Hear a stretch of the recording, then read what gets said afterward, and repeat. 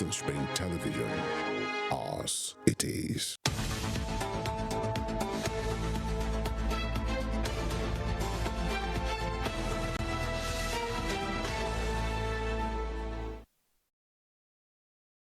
Top of the morning to you. Thank you for linking up with us again on Morning Spring and Western Spring Television, where we say it as it is. You can watch us live on Star Times channel 190 on the DTT platform.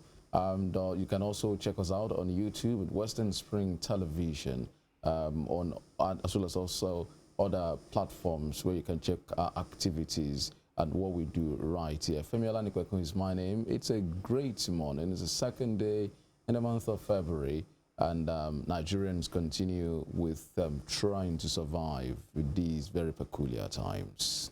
Well, trying to survive, of course we are. That's what we are doing, and that's how we've been living in this country. We hope that there's soon an end to the suffering, to the hardship that is plaguing the majority of Nigerians. The middle class, in fact, the middle class seems to have been eroded now. It's just the haves and the have-nots, and that's where we are currently at the state of the nation. My name is Emmanuel Ojadige. It's so good to have you on the show this morning again.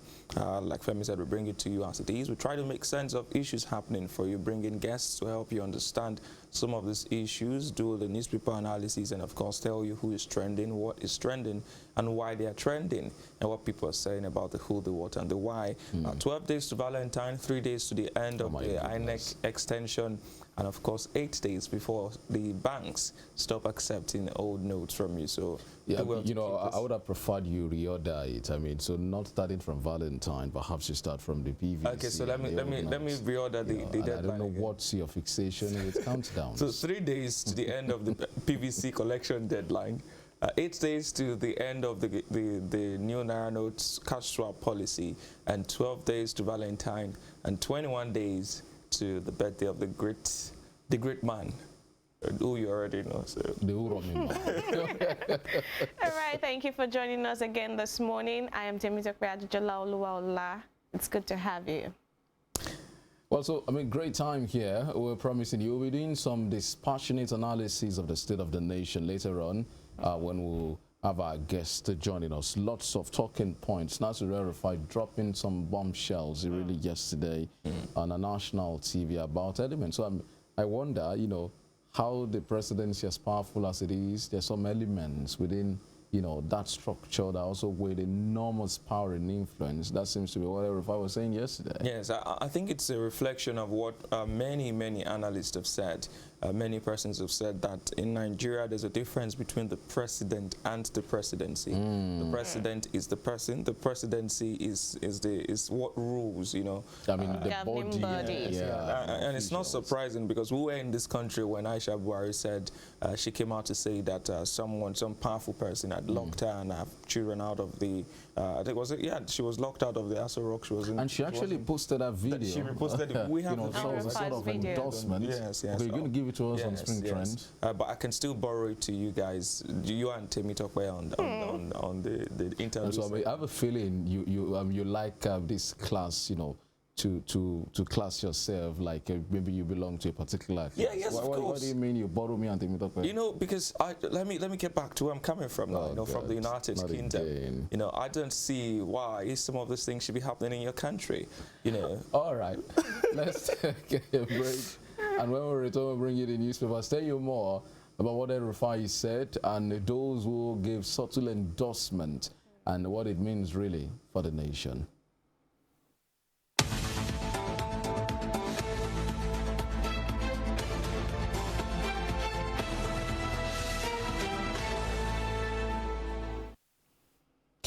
All right, then, well, we'll start with the newspapers. Well, Emmanuel will be taking the first one. Okay, so welcome back to the show. Let's go straight to the papers this morning. We'll begin with the Punch newspaper. The Punch newspaper has its banner headline still related to the new Naira notes. Says new Naira scarcity, Sokoto for Katsina border residents trade in Sefa. That's worrisome, very worrisome. Very worrisome. Customers without new Naira notes must pay in Sefa. Traders insist. Banking halls empty. LCCI says Naira swap poor affecting businesses. ICPC arrest currency hawker angry youths protest in Ekiti Delta, and you can see pictures of ICPC operatives monitoring cash disbursement in Bauchi State yesterday. Very worrisome is this story right here on Nigerian soil, Very trading Yes, in it's foreign very- currency. So I do not understand. I mean, I can't just fathom why this is not setting alarm bells all over the nation, that our legal tender seem to have lost its credibility and has lost its place to a foreign legal tender. I mean, this, if tell me how you lose your sovereignty, how you lose your credibility as a nation, if not like this. So Nigerians not prefer to use the surface because their own currency, the naira, is unavailable. Available, yes. Oh my goodness. And it's only a matter of time before some of the major problems we're having with the naira, inflates, like the devaluation of naira. It's going to be worse than we've had it because of this particular issue now. Having traders trading a foreign currency. And this is happening in the north, where it is difficult somehow to bring about certain attitudinal changes, basically because of the low penetration of information to that region. They have large expanse of land, and before people get to know certain things, it's really, really, very long. El-Rufai was saying yesterday as part of that video that even in Kaduna there's a local government that is almost as big as a state. I know he was exaggerating, but they have very few banks, and the naira notes are not even available. So how do you expect them to trade? This morning, one of our guys had to pay a bike man, via transfer. The notes are simply not available. So what if the transfer had not gone? Would they have waited outside with the bike man and then exchange? I was in that phase You heard the story of another too. of our colleagues really yesterday, 2 days ago, who said that he and his friends had to leave work and they were almost stranded. They were at the risk of trekking home. They looked for POS operators all around. They couldn't get that. They were even ready to pay at 20%. Because what those guys are collecting now is not charges again. They are collecting 10%, tithes. yes. So I mean, You want to they said collect it's in 2,000, tithes, you pay 200. So, but they said they couldn't get any. So they had to look for a boy who was selling fish, who was ready to part with cash, and they also had to tip him. So looking at crises of a bigger proportion, but the challenge here is both the urban centers and the rural areas, because these are border communities. Yes. those are communities. Where they now profound, we are surrounded by French neighbors. I mean, French speaking neighbors. So we use, the surface. So if people are losing trust in the naira, and I think our economists also will help us to do an analysis of the impact Of this. kind of Yes. loss of confidence, Yes. and how it affects the stability of the naira, how it affects the worth of the naira. But this is an alarm bell ringing. Yes, An and alarm it bell. should be- And it should be banking taken halls also seriously. empty, really. Yes. Yeah. I did mention yesterday that some banks have begun closing down, not necessarily because they want to, but because they simply don't have the money to give out. I saw some videos coming out from banks yesterday, people taking off their clothes, lying down on the counters, out of frustration, because it really is frustrating if you wake up as It early is. as 7 a.m. to go. I've also seen videos of serious fisticuffs at ATM stands. People are just frustrated. There's no money in the bank. There's no money outside the bank.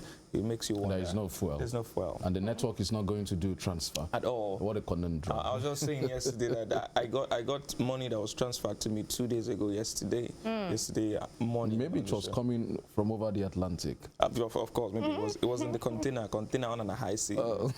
So away from that naira scarcity, but then government should please take note of this. It is very Please, worrisome. It's important. Yes. And at the bottom strip, Amosun Abiodun clash over performance abandoned project. As on page 20, of course, those two men have been at it recently, starting from the election period where one person refused to endorse the other. And you see, Amosun is openly supporting the ADC, in this particular election. Yes. And this is reminiscent of what is happening.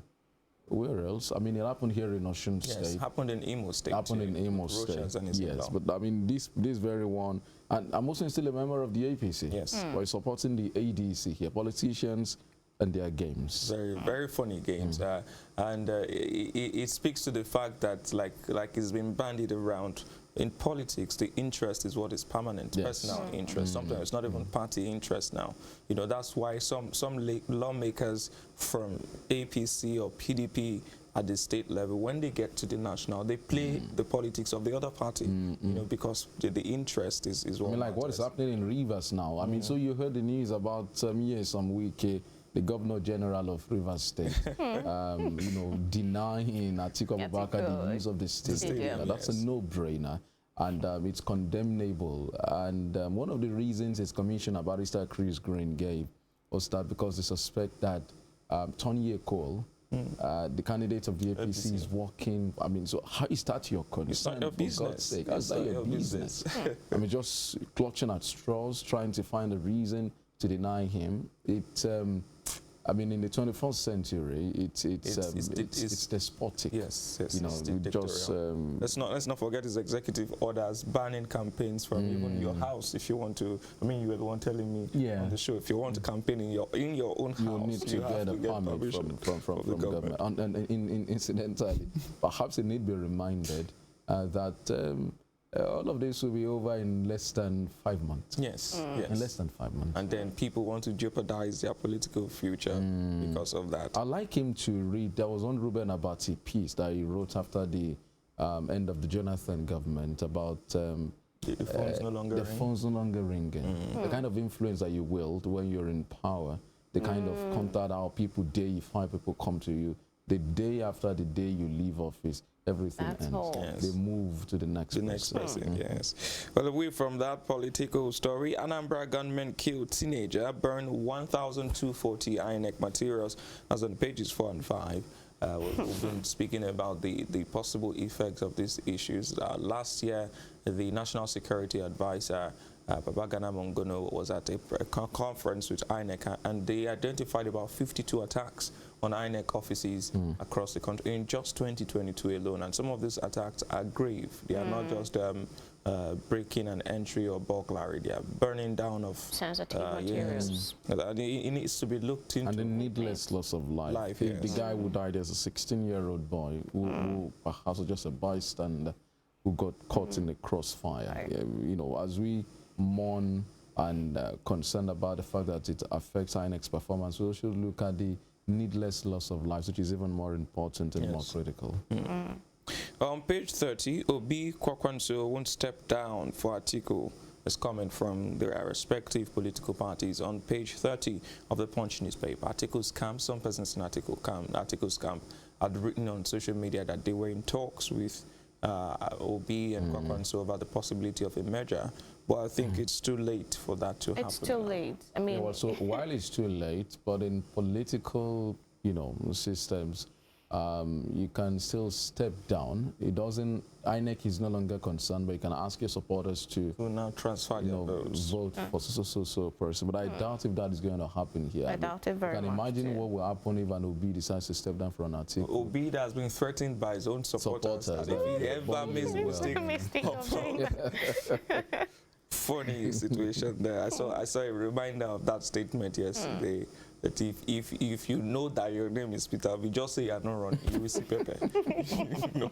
Well, above the nameplate, credit rating, Moody's downgrades 9 Nigerian banks. Find out more on that on page 27.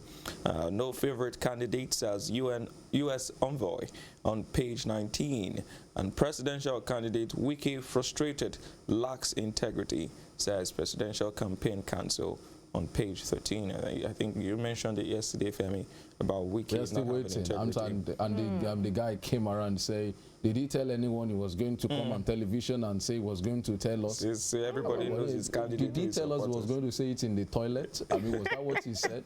If he said you were going to tell us who you will support and we were waiting for you to know where to go, you are now challenging, you now got angry and said you never said you were going to come on TV. Okay, go and say it on radio.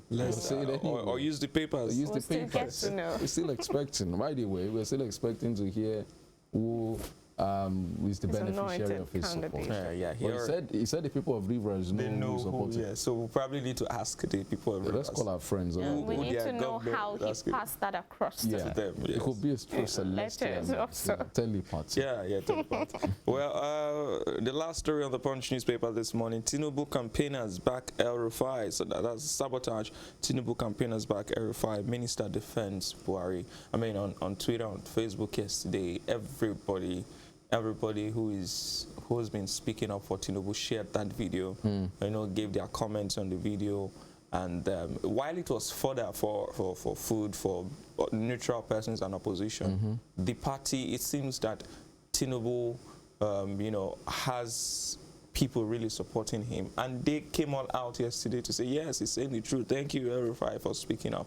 But then we wait to see who the cabal is, you know, really. Oh, so you do not know the cabal? Oh, I do know that we can name names if you, but then if you take your mind back to pre-presidential election, primary election, there was an incident where a letter came out from the national chairman of the APC, who wrote that this Senator Ahmed Lawan is the APC's. That was what led to Elefo Kambale, you know, from Tinubu saying that nothing was going to happen. So if you study the trajectory of that incident and some of the things that happened, even on the day of the primary election, you know,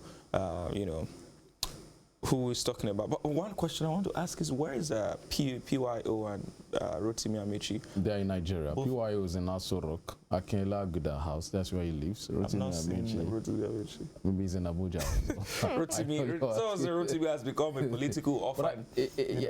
I think I saw Rotimi Amechi at one of the campaigns somewhere, but I'm not sure. But I think if my memory serves me right, I saw him at one of the campaigns, or just one. But it gives credence to what the point you're trying to raise about their body language, how well involved they've been in the campaigns. PYO, aside the visit he paid to Ashwaji when he came to Abuja, he's been largely lackluster. It's not been part of it. But what irks me about all of this is the hypocritical stand of most of the members of the party. Because initially, when Ashwaji dropped that bomb, Abeokuta 2, you know, there's Abeokuta 1, Abeokuta 2. Many were trying to walk it back and trying to rationalize and say why it is not this, why is it's the not PDP, what is that that is you know, El Rufai does not. El Rufai is the administration of Wiki. Yeah, you know, it says that as it is, just like Western Spring. They give it to you hot, you know. So when he came out now to say, it was just confirming what all of us know. Yes. I mean, so what we've been saying. He even fired a shot that Buhari said they advised Buhari to remove subsidy, and Buhari said no, he's not going to remove. You know, he said he agreed. And the moment they leave, I mean, came back and said they stopped short of saying some people are tele-remoting or remote controlling the president. The president does not have a mind of his own. Perhaps that's what he's saying. But here we are. You know, this just brings to light the fact that there is a huge problem within the party. And we had an analyst, another statesman as a guest on Frank Talk yesterday, Ambassador Yemi Farumbia, who did a dispassionate analysis of this situation. And he also tried to draw parallels as to what happened, what's happening now, to what happened with Jonathan. Yes. Saying even the national chairman of his party was also supporting the opposition candidate then the then candidate Buhari, and that even members of his inner cabinet, like his principal private secretary, were also working, you know, for the other person. So he said that seems to be the situation here also. And people are fingering people like Maman Dawara, saying they are the ones behind, you know, the one calling the shots. But it's going to be an uphill task. And if you also notice, have you seen Atiku now defending Buhari? Yes, you know, I have. The way Nigerian politics play, exactly, you get confused. I've seen Atiku defend, and it speaks to the fact that something is fundamentally wrong. I don't think that the higher-ups in the APC are happy with the candidacy of Tinubu. And evidently. I think that also the ticket was given to him as compensation, having blackmailed them in that video. Yeah, so I don't think given would be the right word. Allowing him wins? No, not allowing. I think he blackmailed, boxed them into a corner. Yes. Because Tinubu started this a long time ago. So I think Tinubu outsmarted them. All of them. Because they did all they could. Put all of them in his debt. He was in control of the National Assembly. You could see when he was in London sick, most of the National Assembly, the House of Reps went to visit him that time. Some of them were referring to me as Mr. President. You remember? I mean, that was a video there. And so he outsmarted them. And knowing who is political fox, that's what Tinubu is. So, like, for a long time now, he has been mapping out that road for himself. Well before now. In the kind of financial contribution, you know, support and everything. And, you know, give it to him, perhaps he has the widest network of political associates, in it, so he could just activate at that time, at the last minute, backed up with cash. Buhari had no choice. Just he had no choice. Yes, because if they had given someone else, the house could have caved down on all of them. Yes. Well, that's all on the Punch newspapers. We did spend quite some time talking about, but then the stories are really interesting. Very. Top where's the next paper? All right, we're going to the Nation newspaper right now. The banner headline says, El-Rufai, elements in government working against Tinubu, and the riders are interesting as well. Kaduna Governor, Naira redesign ill-timed, retaining subsidy payment shocking. And Villa not aware, says federal government. APC, PCC, Buhari backing Tinubu. Yes, there was an immediate response yesterday from incidentally, it occurred around the time they were having their ministerial briefing. You know, they do that. So it was journalists too. So they asked Lai Mohammed. And Lai was quiet for some time, and then he responded and said, I wish we was quiet for some time. Yes, I wish we could play that video. I don't know if they have it in the PCR. And the Lai response, where he said that President Buhari is neither supporting nor antagonizing. What the president is concerned about is to deliver a free and fair election without rigging. You know, and that's what the president is doing. Emmanuel, I mean, that speaks a lot. So the president is neither supporting nor antagonizing. It should be a given that the president would support his party, the candidate of his party. You saw Barack Obama going all out to campaign for Hillary Clinton. Even at the last midterm elections in the United States, so Obama still coming out again to campaign for U.S. candidates.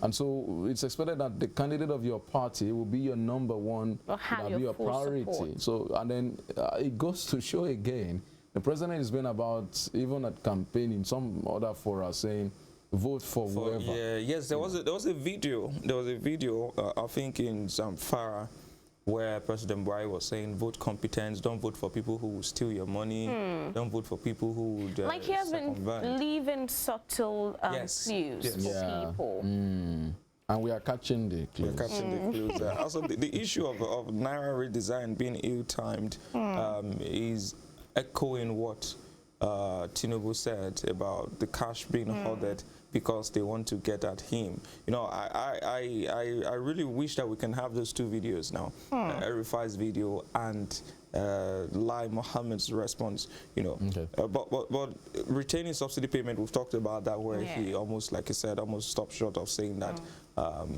Buhari is being remote controlled. You know, something like that. But it's good that they're coming out. You know, Nigerians now can confirm that all is not well. And it's the three of them. The only party that we've not heard about their crisis is the NNPP. Yesterday we were talking about Labour Party governorship candidate shunning Obi's rally. The PDP, there's Wike and his guys, and now in the APC, it's a really huge divide. Even for the NNPP, I think they had their own fair share of crisis at some point. Yeah, you know, that was when Shekarau left the party and left their, you know. Okay, so I understand that one of the videos is ready now. Lai Mohammed? Yeah. Okay. So, so let's take a listen to El-Rufai. Yeah. Didn't get their way. They had their candidate. Their candidate didn't win the primaries, and I think they are still trying to get us to lose the elections, and they are hiding behind the president's desire to do what he thinks is right.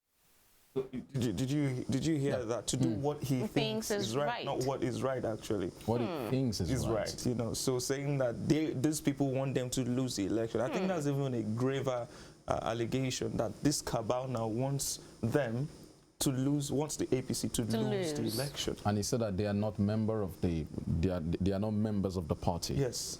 and that these they are policies are precedents. not policies of the party. Yes. Okay, so it seems that we are the ones who don't have the clear picture of things. Of what They is do. happening. Yes, yes. So I don't know. Do we have Lai's response? We can put it. But that statement is worrisome. I mean, it's scandalous. Yes. I always try to restrain myself from using the word sinner climbs, because we've abused and overused that word. But in functional societies, these will bring down a government. Yes. That means the man. Saying that your policy is the man there is not the one ruling. Oh my goodness! I mean, so you're saying the man there is not? Yes. Oh my goodness! Okay, so I mean, let's take Lai Mohammed's Response to that. That is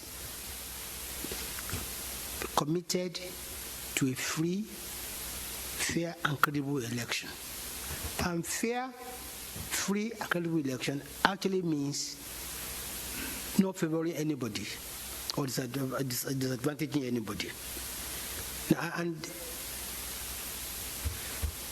everywhere he goes, he makes that very clear. Even as recently as Friday, when he was in Daura, he said the same thing. So if there's anybody who's working against any candidate, we don't know officially.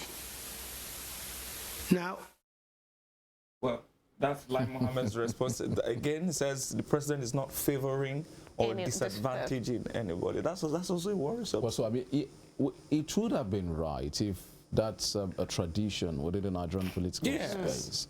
But then, even in developed climes in the Western world, you have presidents supporting their candidate, but then that does not mean you're manipulating the process. Yes. Another thing that caught my attention here is saying that the president is against any candidate is not known to them officially. Officially. So it's possible that this is happening unofficially. Unofficially. I mean, not everything goes through officialdom. Yes, yes. And then, sometimes the ministers themselves, because they are not necessarily politicians, some of them are not ingrained politicians, so they don't know what is happening. They just know what they are told. And he's also saying that the president has always said that he's committed to free and fair elections, but Rufai is saying that the president is doing what he thinks is right. So some of these statements, when you look at them connotatively and denotatively, you discover that there are hidden meanings to them. Rufai probably doesn't see any reason why Buhari should go about saying, I want to deliver a free and fair election, and Lai Mohammed is saying that we don't know who is doing this officially. So who is ruling the country actually? Emmanuel, interesting days ahead, because trust me, there are more drama coming in, as we get closer. Yes. There'll be more. I've seen some of the foot soldiers also weighing in on this. Like you said, many of them posted it yesterday. You know where Aisha Buhari belongs to. Yes, and she's always she's been also against her husband. Yes, of course. There was a time she came out to say that her husband is not really the one ruling. There are some persons Yes, she said so. ruling, And there's a quote that we shouldn't miss there by El-Rufai. It says, the Naira redesign and fuel scarcity are the handiwork of fifth columnists who want to bring the country down. Now, Buhari and Mefi Baby are very good friends. Buhari is in support of the Naira redesign. So is Buhari a fifth columnist? This is very, very strong. This is a very, very strong word, for El-Rufai, there yesterday on Channels Television, saying the Naira redesign and the fuel scarcity are handiwork of fifth columnists who want to bring the country down. So the president, for one, we're sure, is in support of the Naira redesign. So is the president a fifth columnist? Very big question. And also, I think Rufai knows what he's talking about. I want to believe.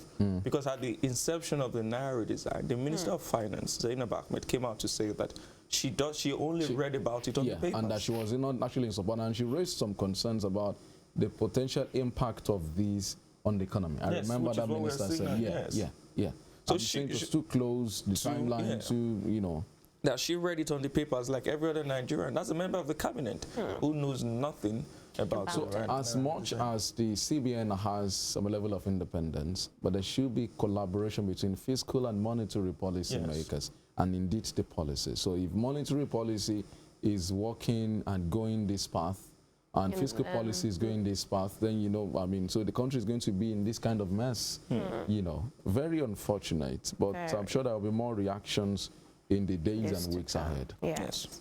All right, just below that, how Lekki Ekpe Road will boost Lagos economy. That's Sanwo-Olu opens expressway. That's what is on that page of the newspaper. That's on page 28 of the newspaper. All right, just below that, worsening Naira scarcity hurts daily living and businesses. Drama in banking halls, customers keep vigil at ATM points, bank officials arrested. Well, Emmanuel spoke of the Naira, the banking halls where we found, you know, people staff taking off their clothes, yes, women and laying men on actually, you know, moving their clothes. Very disturbing videos. I also saw a video yesterday at Ojudu.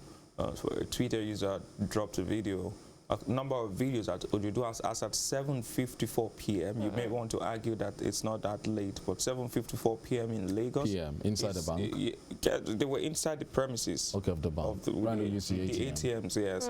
You know, that's even late. I mean, you should be heading home by that time. Of course, but rest. it's here that customers are keeping vigil at ATM points. Wake up early. And even recall that the MBAN chairman of Osun State also said the same thing, that he saw people as early as 1 a.m. at the trying to beat the queues and all of that. So and it's also good to see bank officials being arrested because they have also been accused of conniving with celebrities. And I mean, I saw another video. It's like people are just waiting, daily releasing videos.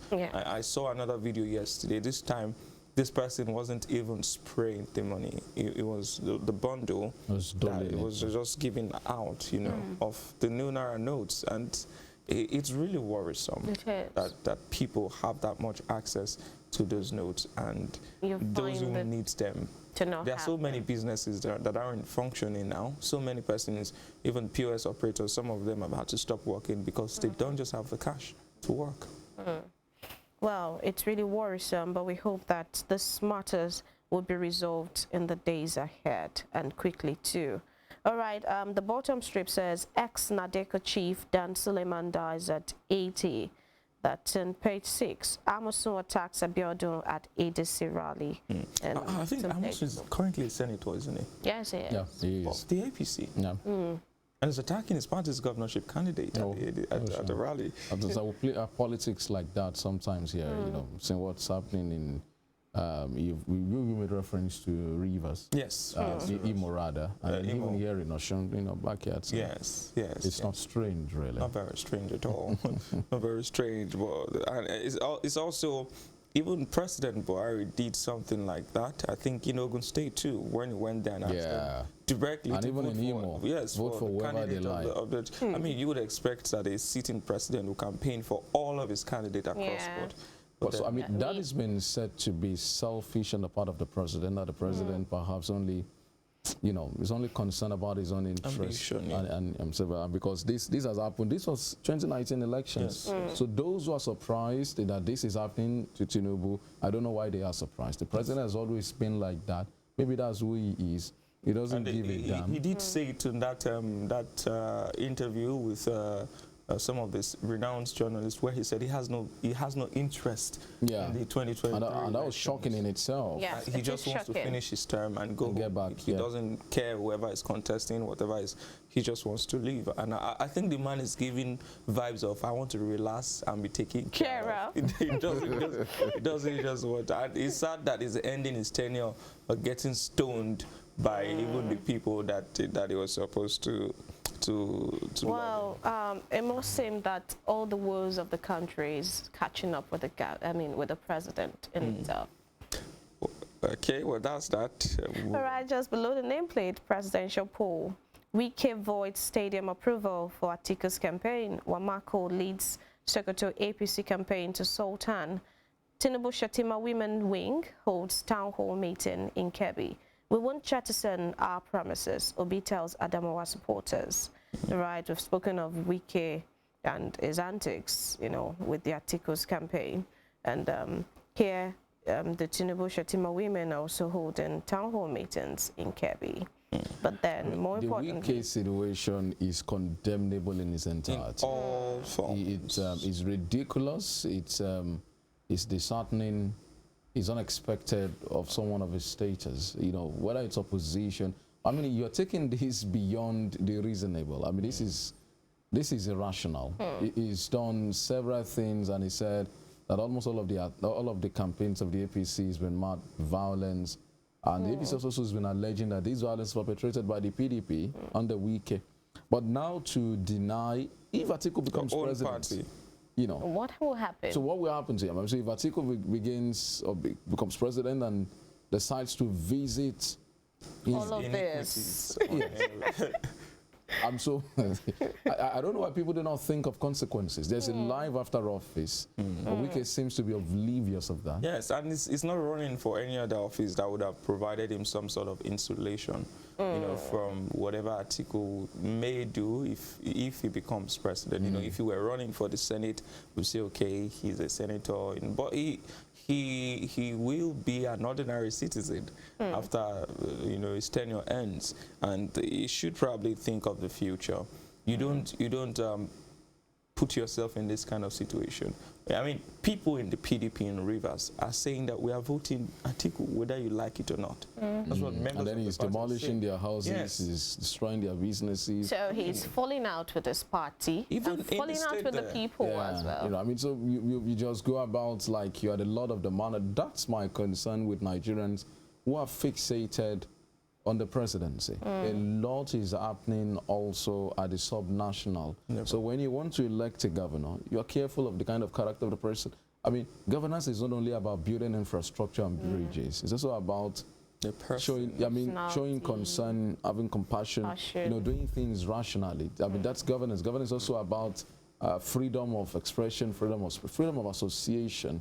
People not feeling threatened. I mean, what is happening in Rivers is unbecoming. I think that we overlooked it, you know, the moment Wike began to address traditional rulers as if he was speaking to primary school boys. I remember that video vividly, and he was talking, literally talking down and saying, I remember when you were a small boy running around, we were the one who gave you a crown. You are making noise, stop making noise. I mean, you're talking to monarchs, people who represent the culture and tradition of your society. So I'm not surprised he's doing it to you know, I mean, so there's a way Nigerians also enable and encourage tyranny and encourage some of these actions. The same thing happened with the president. A number of things. I mean, so the president's on looking. You know, what's the late chief Bola Ige, you know, described it as sit-down look. It's Nigerians that do sit-down look. The president is doing sit-down look now because essentially the president's inactive disposition to governance has brought us where we are.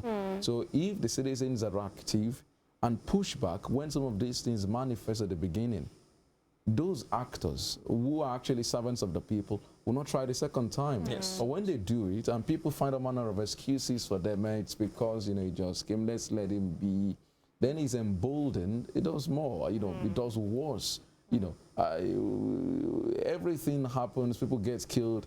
For a single or two persons who get killed, you get the American president speaking to the people, going to that. even flooding. You know, many things, but then you see people here, our leaders do not do anything. So, here's some Wike spends Rivers money as he likes. Here's some Wike donates Rivers money to Benue without appropriation. Who does that? Our presidency is doing the same anyway. Our presidency bought vehicles for Chad, bought vehicles for Niger Republic, you know. And at the time the president went to get the Peace Award, I think in Mauritania or Tanzania, that was when the Southern Kaduna killings were really happening. Yes, and it speaks to his nonchalance, like Femi said. It's probably just concerned about being president. It's not concerned about what being a president means. He just wants to be a president. Well.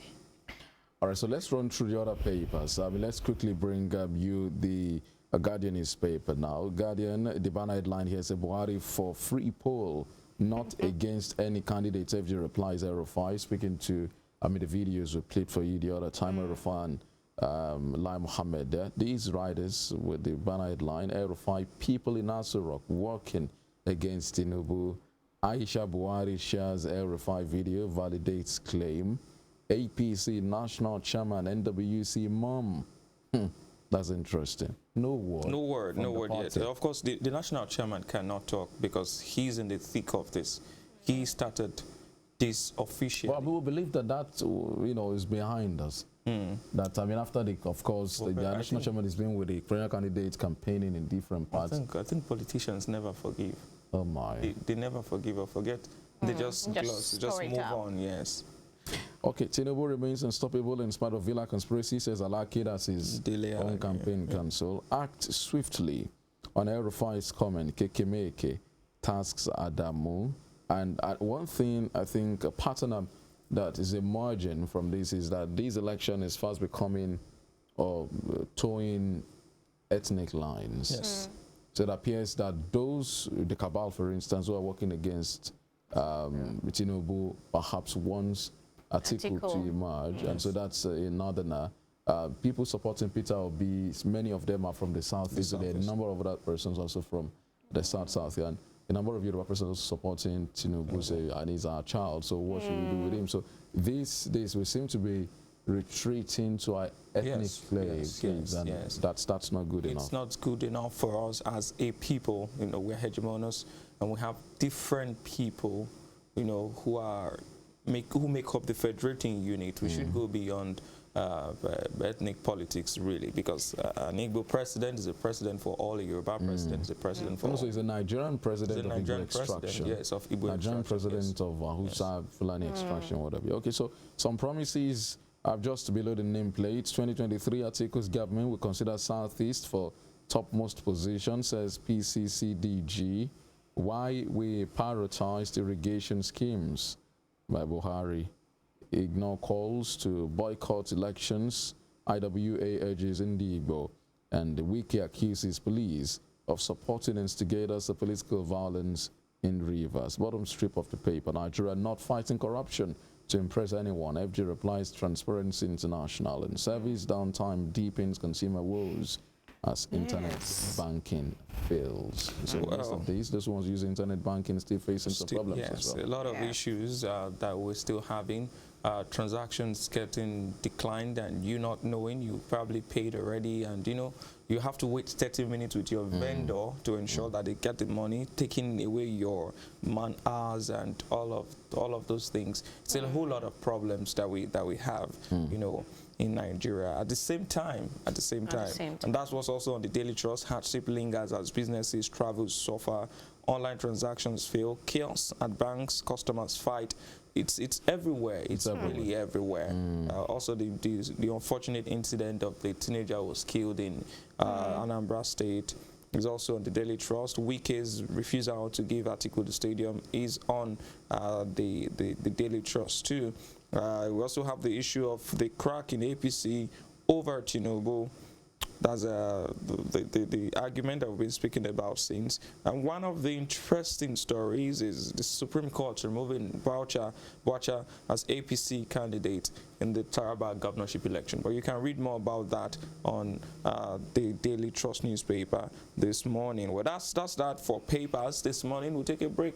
And when we come back, we'll bring in our guests to make sense of some of the issues that we've raised in the course of the newspaper review. Do stay with us.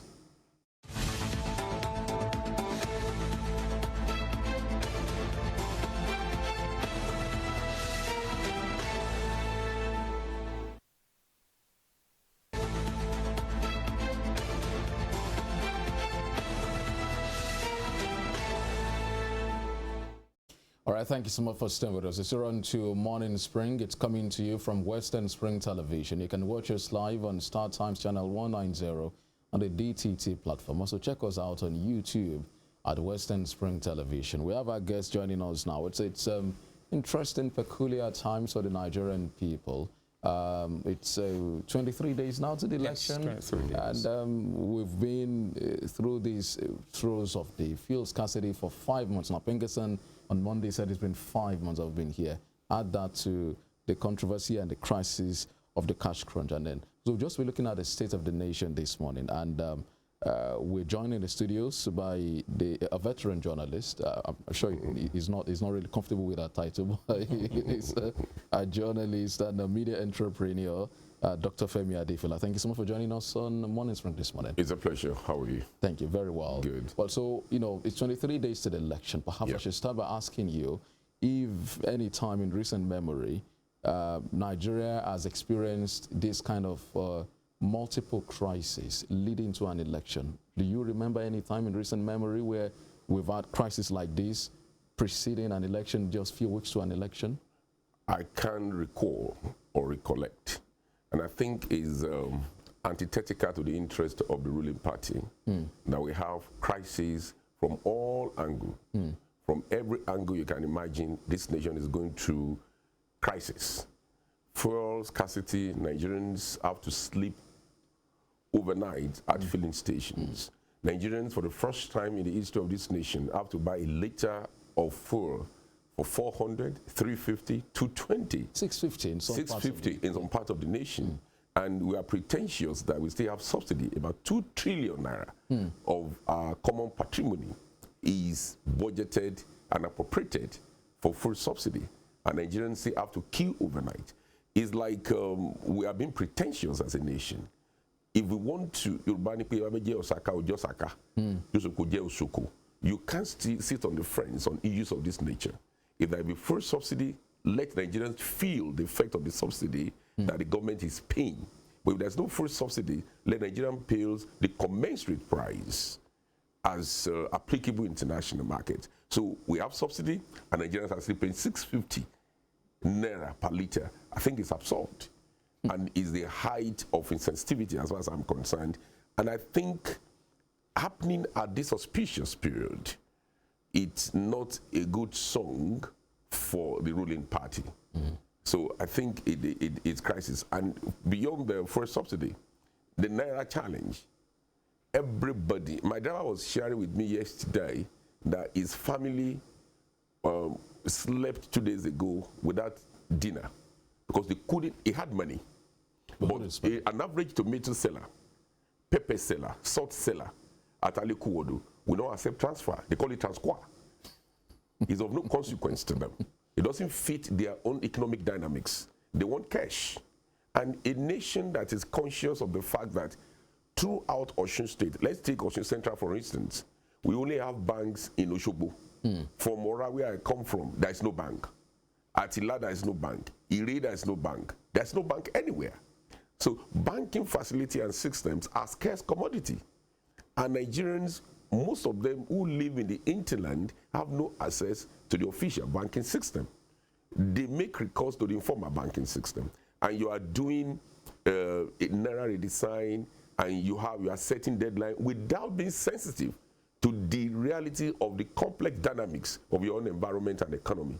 I think it's the height of insensitivity. Well, so I mean, the Punch reported this morning that as a result of these new Naira scarcity, that some residents in the border communities in Sokoto, in Zamfara, in Katsina, now trade in cefas.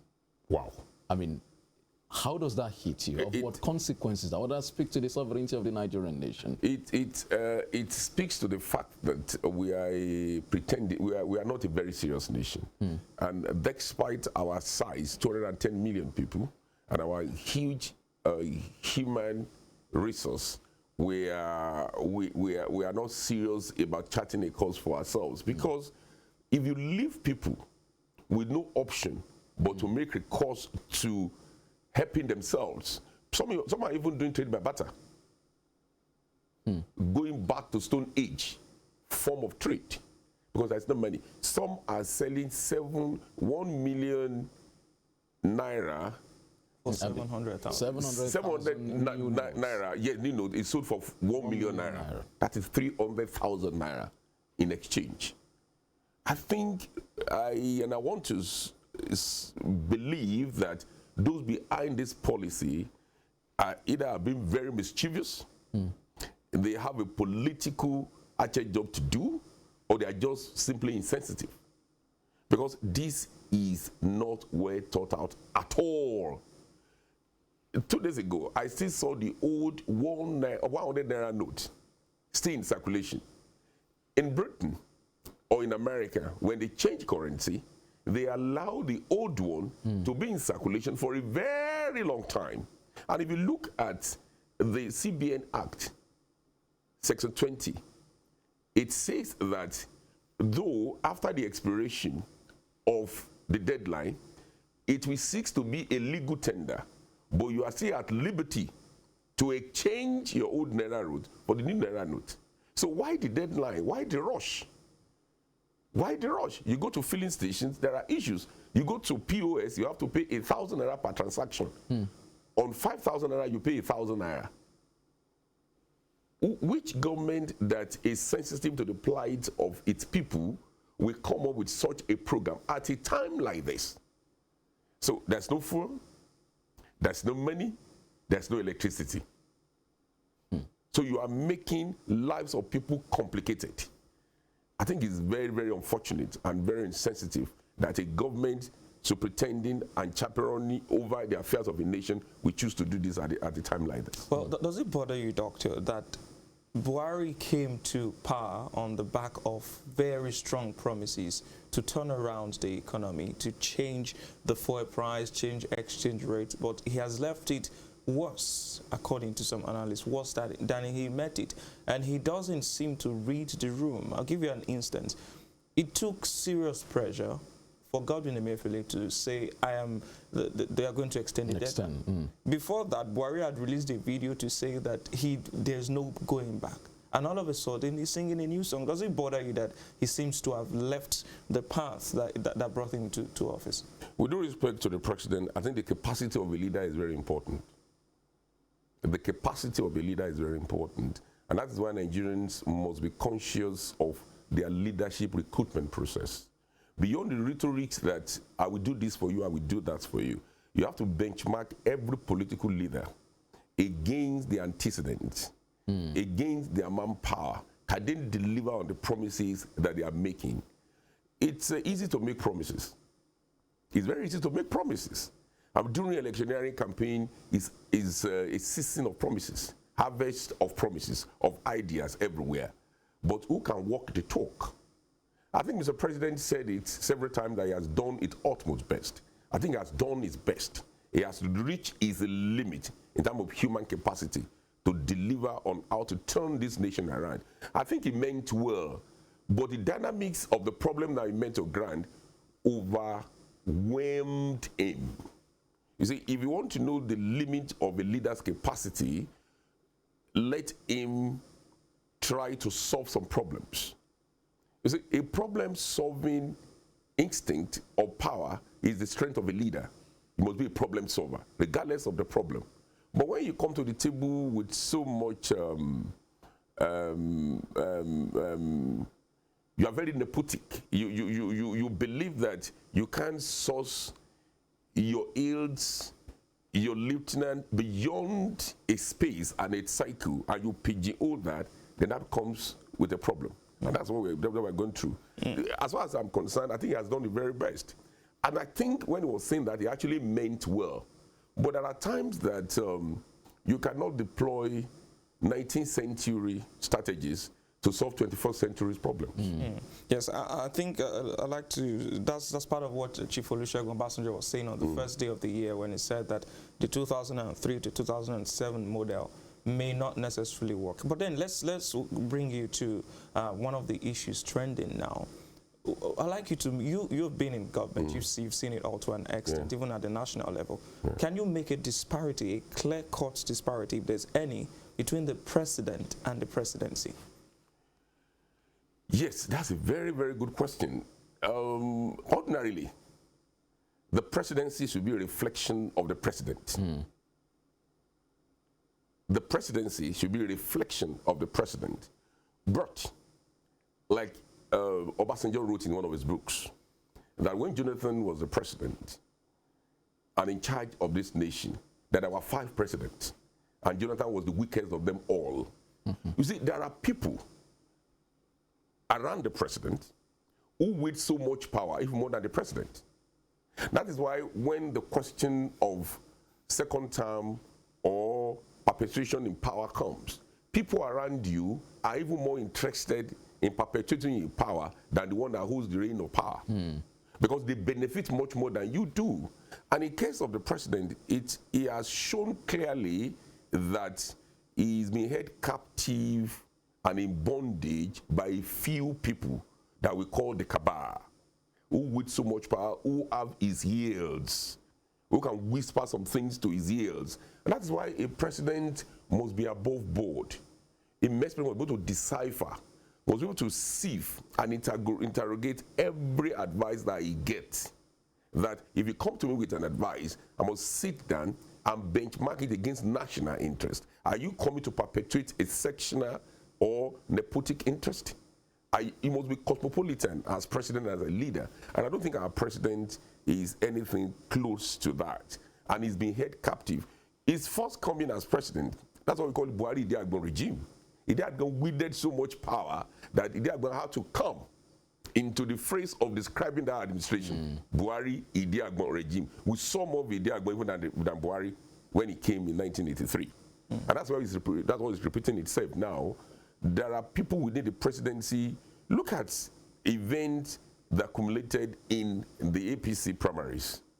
You could see the president said something in the morning, people said another thing in the evening. So it was a conflict of interest at its core and a contest of political interest within the same enclave and within the system.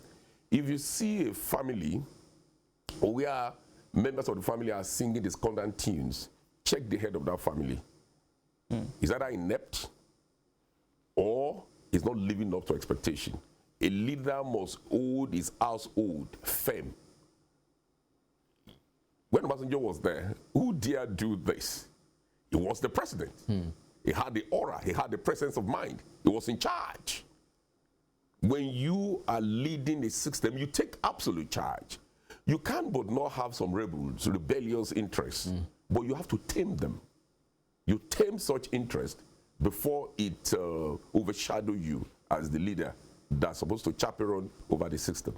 Before Femi comes back in, I was making a remark on the newspaper review segment that President Buhari doesn't seem to be interested in any other thing beyond being president. Perhaps even from his body language, his response to disaster management, his response to crisis, and the interview he granted where he said that beyond his own office, he doesn't care what happens in the 2023 election. Do you think that the president's body language showed that from the beginning that he just wanted to be president? You see, Emmanuel, what you don't have, you cannot give. The man is an old man. That's why I said he has done his very best. He has done his very best. Like I said, I think he means well. Like El-Rufai said yesterday, that his heart is pure and white.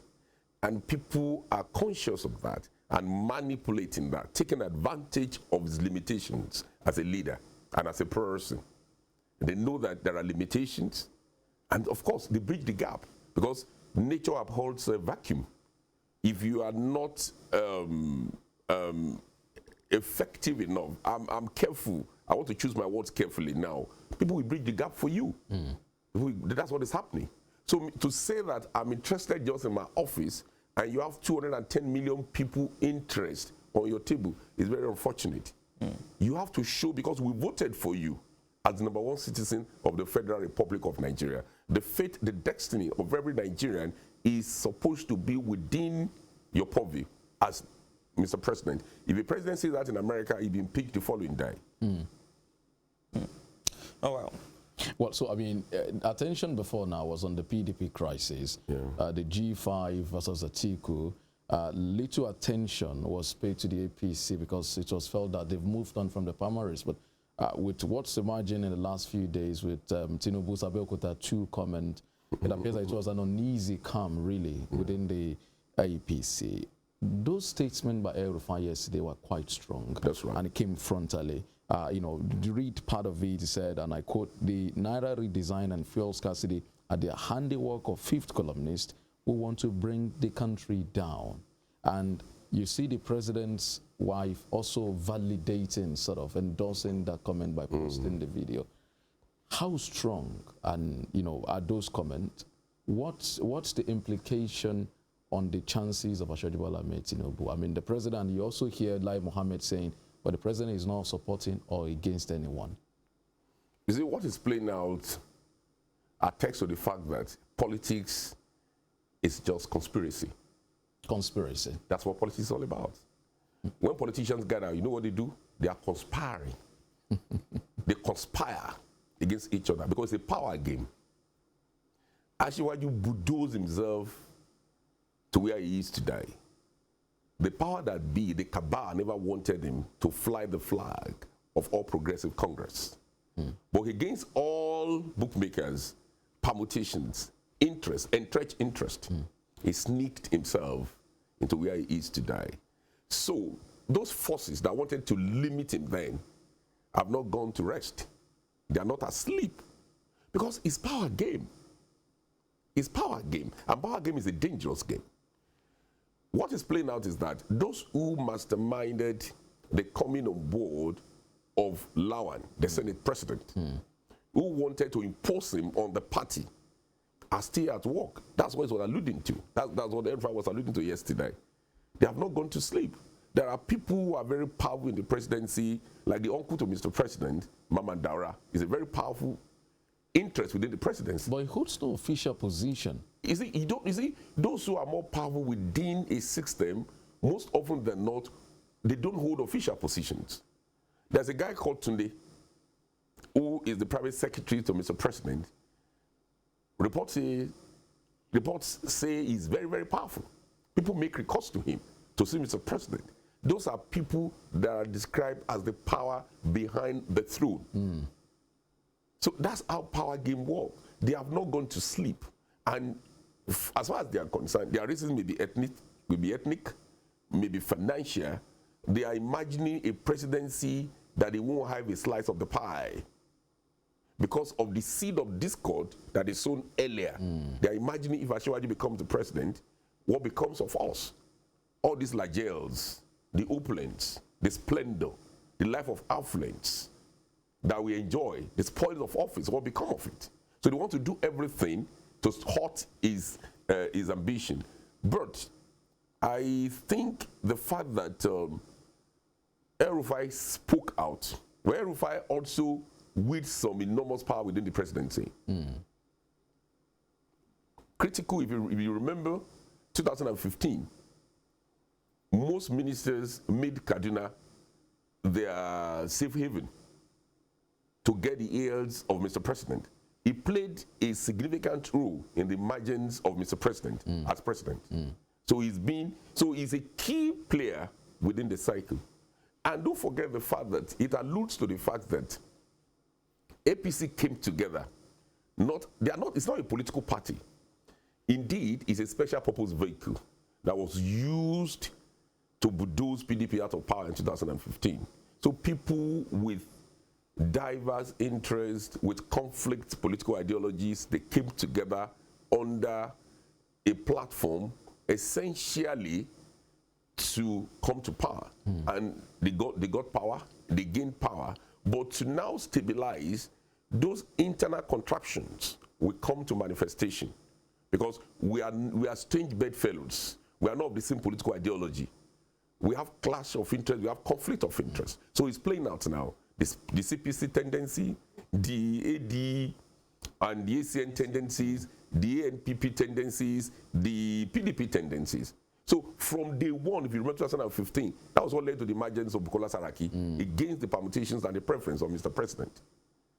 So what is playing out again attests to the fact that APC is not a party with very strong political ideology. I've never had a president say, please vote for any president of your choice, not even in America. Well, is anything wrong in that? I mean, perhaps he wants to be a statesman. You cannot be holier than thou. You cannot be more Catholic than Pope. In America, where democracy is practiced at the best level, Obama went all out campaigning and endorsed the candidature of Hillary Clinton. Have you forgotten that? That's the practice. But that does not mean you are going to tinker with the institution to favor your candidate. She still lost, and Obama was the sitting president, but he didn't. But he went out to campaign. That tells you they are not representing the same political interest. That they used each other. Buhari used Tinubu in 2015. Tinubu also used Buhari to get national prominence. So they finished using themselves. So the usury sense continues. That's the problem. And I look at what, and it tells you something. You know, we need to really praise and celebrate the wife of Mr. President, Aisha Buhari. She's remained very consistent. She was the first person that made it known to Nigerians that there are powers within the presidency more powerful than Mr. President. And those powers are manifesting even the more now. You know, yesterday, she retweeted what El-Rufai said, and she made it more popular because the view of El-Rufai yesterday tallied with her position. And I think Asiwaju Tinubu is going through serious political turbulence, because if your home is not settled and you don't have a common front from the homestead, it's a serious challenge. It's a serious challenge. Okay, so let me come in there now. It's the same issue happened around 2016, 2017, talking about Aisha Buhari now, where she said that uncle-in-law now, this Mama Ndara, locked her out of the villa. You know, it caused a lot of issues then, and that's when people began to realize that the president may not just be in charge of the country, the presidency. But now El-Rufai is saying that the Naira redesign is the handwork of fifth columnist. And President Buhari has somewhat been at the forefront of this Naira redesign. But some ministers within his cabinet did not even know, particularly the finance minister. They were not That should aware. Surprise you. Yes, we did say that. So now, does it also speak to the fact that the presidency is probably out, the president now is probably out of touch with the people that he should be working with? He's not out of touch. I want to repeat again, power past power, as we say in local parlance. The powers that are working, there are the contending power. One power is more powerful than the other power. Can you imagine the sitting finance minister that ordinarily should have a harmonious working relationship with the CBN, because she should pretend over the physical side of the economy, apart from the monetary side of the economy. They're supposed to work in tandem and work together. She wasn't aware. She says he read the redesigning like every other person on the pages of newspaper. That is a serious indictment on the competence and the capacity of Mr. President. If your wife and your daughter and your sons, they are on not the same page on some issues, that attests to the fact that you are not doing well as a father, with due respect to Mr. President. So some people held him captive, they sold their idea to him, and they got him on their side. You've seen this manifest several times. You've seen this manifest several times in the history and the journey of his presidency. He's done that several times. So it just tells us that there are powers and there are interests within the presidency that are more powerful than the president themselves. Admiral Dara may be our president, actually, behind the throne. Okay, so, I mean, with these now, what kind of impact are you looking at? You know, you saw the response of Lai Mohammed saying that the president, you know, is not supporting or against anyone. So with that outburst also by El-Rufai, following up on what Asiwaju said in Abeokuta, how do you see it affecting? How do you see it affecting Asiwaju's ambition? Well, I see it taking a negative toll with very due respect, and that's the truth. Because, you know, the power of incumbency will not be there, which is good for Nigerians. It's very good for Nigerians. Nobody will wield the power of incumbency, because those who control the institutions are in the presidency. And obviously, they are not on the same page with Asiwaju, so he's on his own. And I think the signals came early, and that's why he has actually threw caution to winds. Because what he said in Calabar 2 days ago, was it yesterday or 2 days ago, that can you imagine you met a change rate at 200, it's now 800 naira. That's a serious indictment that should come from the opposition party. So it's APC versus APC. But I think it's smart for Asiwaju to have made it known that our interests, the interests that have held us down, that caused this crisis, are not with me. I'm distancing myself from the 800 naira to $1, distancing myself from the naira redesign, from fuel scarcity, and the fact that you are buying fuel at 650 naira. I'm not part of the game, and I'm going to change that when I get there. That should come. That's a song that should come from the mouth of Atiku Abubakar. But now, yesterday, Atiku Abubakar issued a release, even supporting Mr. President. Yeah, I mean, so it's a very interesting time. So now that means Buhari appears to be more PDP even than APC as it were. Yes. Because if the candidate of PDP is supporting Buhari when he celebrated his last birthday, Atiku flooded virtually all newspaper pages with advert congratulating Mr. President. And I saw that, I was like, okay, this is getting interesting. And you can't rule ethnic politics out of this. Atiku Abubakar is a Fulani man. The president is a Fulani man. A lot have been said about Mr. President being very nepotic. So nepotism may be at play now. That's the truth. I'm not saying that's what that's play, but it is smart for Atiku Abubakar to take advantage of the current narrative and use it to achieve his own result. Because my enemy's enemies in politics is my friend. That's the basic rule and dictum in politics. My enemy's enemy is my friend. So for Atiku Abubakar, it's a very good thing that they are not on the same page. They are singing these corner tunes within their because to contest against a sitting president, against a ruling party in a nation in Africa, is always a tough call. But he is having it easy because the president and Asiwaju are obviously not on the same page. So, Doctor, now, it appears that Umar Ganduje of Kano State and Nasir El-Rufai of Kaduna are on the same page with Asiwaju. And now, before Buhari's visit to Kano, Ganduje warned the president not to come, otherwise because of some security. But the president did go to Kano and he met a hostile reception. Same thing happened in his hometown, Katsina. Does that give an indication as to the direction that Kano is going in the coming election, being a swing state, if you like to put it that way? If Mr. President is not careful, and if the 22 governors within the APC can come together strong, it may be a stranger within its own family. Maybe boxed into a stranger's corner and PGO there. Because those who wield the grassroots power in electioneering are the governors. Because they are closer to the people. They have local government chairmen within their reach. They have the obas, they have the institutions, and they have the resources to deploy. If they can come together as one indivisible entity, it may be difficult for the president to stop Asiwaju Ahmed Bola Tinubu. That's if they don't break their rank. But if they succeed, if that's a success in breaking their rank, then that's a problem for Asiwaju Ahmed Bola Tinubu. But if they can work together as one indivisible entity, the way they manifested prior to the primaries, and the fact that El-Rufai spoke yesterday tells me that northern governors have not abandoned Asiwaju. Because you need to know El-Rufai is a great strategist and is very, very central to the happenings in the north. So but there are some lily-livered governors that may chicken out. And once they chicken out and they don't vote Asiwaju's way, then it becomes a problem. Because don't deceive yourself, the bulk of the vote that will determine who becomes president will come from the north.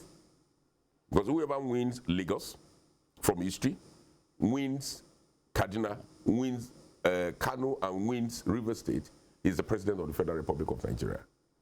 Go and look at the statistics from INEC. From Lagos to Kano to Kaduna and to Rivers, you have almost 20-something million vote. And I don't know which of the candidates Wike will eventually support. If Wike throws his weight behind Atiku Abubakar, that may change the permutations. But I don't see that happening. At the 11th hour, I don't see that happening. And what we saw yesterday, all media aides of Wike are now using Asiwaju's picture as their DP. And I'm wondering what is happening. Maybe that was what he meant when he said Rivers people know who supports. I don't know. But you see, 24 hours is a long time in politics.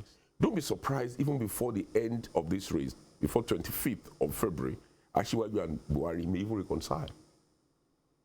You see, when politicians gather, what is on the table is the interest. not you and I. Their interest. What becomes of me? What is there for me? What slice of the pie we have been entitled to? Ultimately, that's the truth.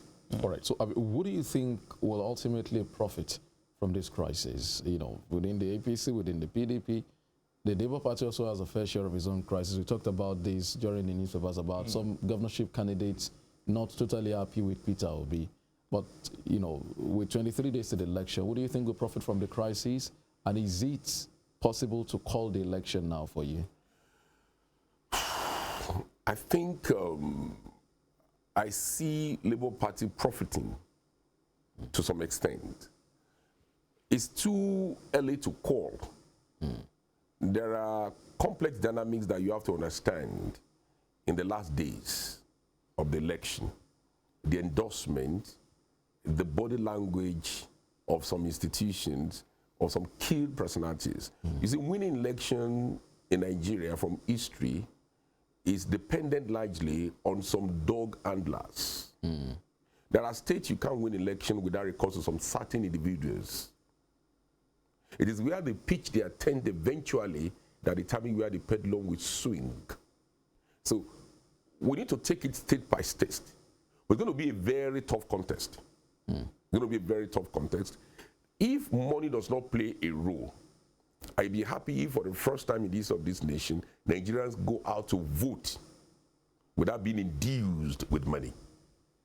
But trust politicians, if they can't induce you with naira, they can make recourse to dollars. That's the truth, that's my fare. Or they can even give you a promissory note. Vote for me, we pay you so, and so. And depend on, because we have a preponderance of illiterate Nigerians, that they still take directive from the dog handlers. I mean, don't mind the rampaging youth in the cities. The bulk of those who vote are in the hinterlands.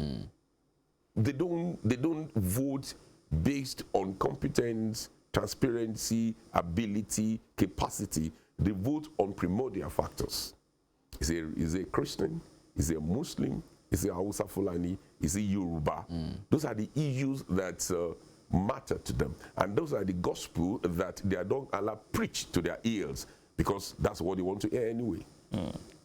Well, we'd like to thank you, Dr. Femi Adefila, for coming and giving us a dispassionate analysis of the state of the Nigerian nation. Thank you so much for joining us. It's a pleasure. Thank you very much. Thank well, you. so that's the show this morning, Morning Spring on Western Spring Television. I'll be stepping aside here now, and Emmanuel will return to give us what's trending. What's trending really this morning? Oh, well, people are suffering. That's what's trending. I want to show you the hardship, the groanings. I'm telling you, the ATMs, the food scarcity, people sleeping over in banks, people throwing blows and going naked in banks, like I said earlier, just to get their own money. That's where it's annoying. It's not like the government promised them money. It's their money, and they still can't get it to spend. Well, so Emmanuel will be back with those stories. Femi Olanikwekun is my name. Good morning.